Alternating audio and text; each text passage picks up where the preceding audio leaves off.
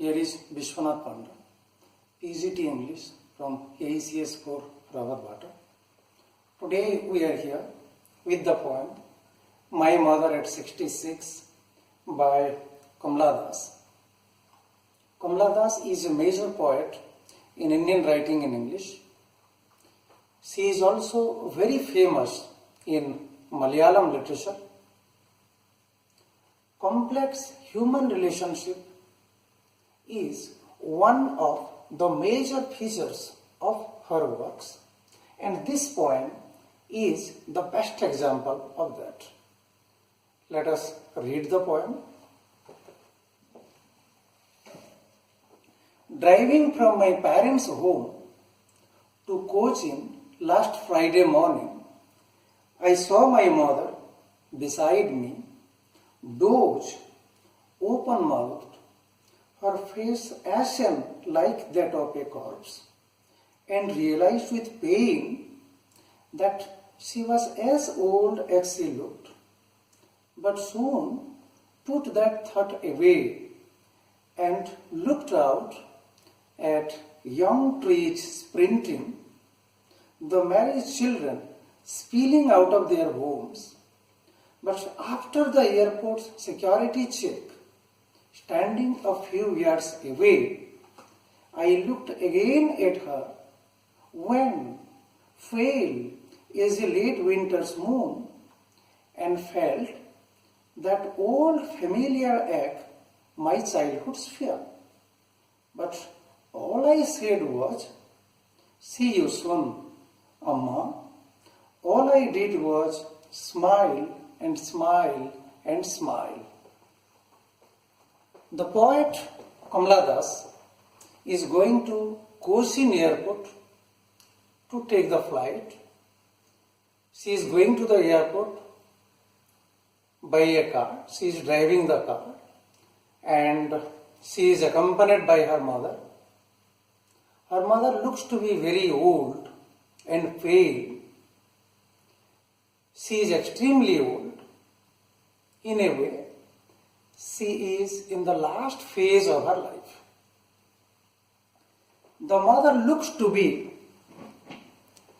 pale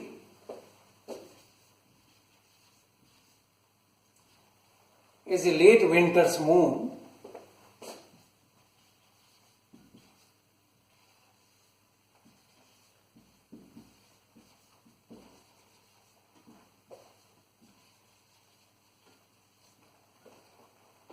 The mother looks to be dull, but the poet doesn't want to show her emotion. Though she is suffering from the anguish of, suffering from the pain of losing her mother, because a fear has gripped her mind that she may lose her mother, and this fear she has developed from her childhood days. But in order to hide her emotion, she diverts her attention and she looks at the young trees sprinting. Sprinting means very fast. When you drive by a car or drive by a vehicle, you look at the trees and the trees look to be sprinting. Then again, she looks at the young children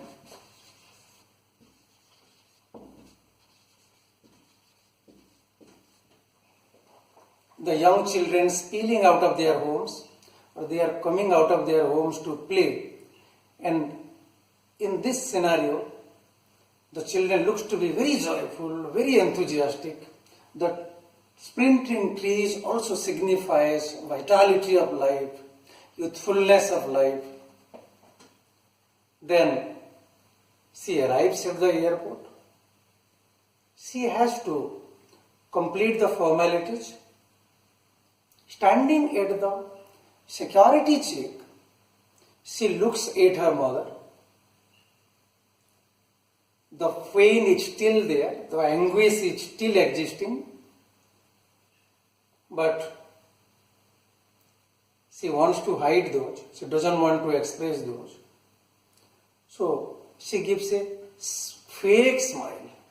She only said, Amma, and what she did was that she smiled. She smiled repeatedly, and this is a fake smile. Fake smile because she wants to give a false assurance to her mother that they would meet again. And the mother may not feel anything bad. Now, let us discuss the literary devices used in the poem.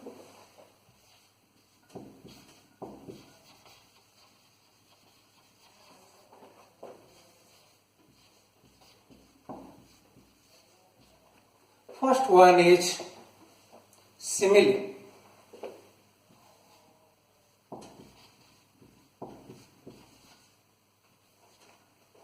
Like her face ashen like that of a corpse. Face has been compared with dead body. Then pale as a late winter's moon. So these are similes.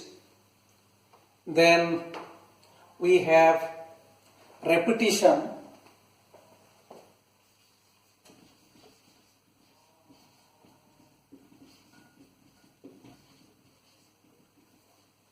Like we say, she smiled and smiled and smiled. This is repetition. Then come to the structure of the poem. So far as the structure is concerned, this poem is written in a single sentence.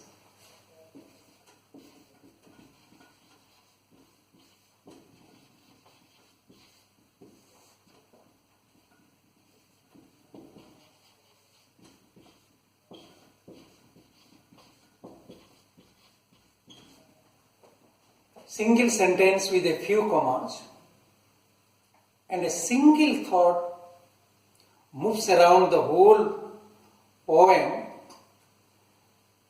and the single thought is connected with different observations.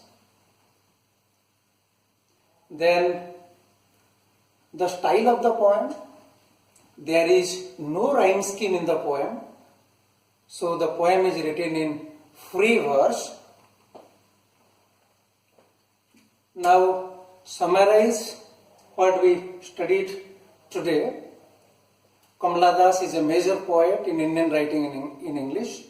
She is also a very famous name in Malayalam literature. The poet is going to take the flight, she is going to the airport, and different thoughts come to her mind. She doesn't want to express her emotion. Then this poem is having a unique structure, like it's a single sentence, as I told you. Students, you also follow the notes that I have given it to you. Also the PPTs, those have been sent to you. And kindly do the question answers given in the NCERT book. The question answers are having a special weightage from your exam point of view. And whenever you feel any doubt, if you have any queries, kindly write to me. Write in the WhatsApp group. I will be happy to address your grievances. Thank you, students.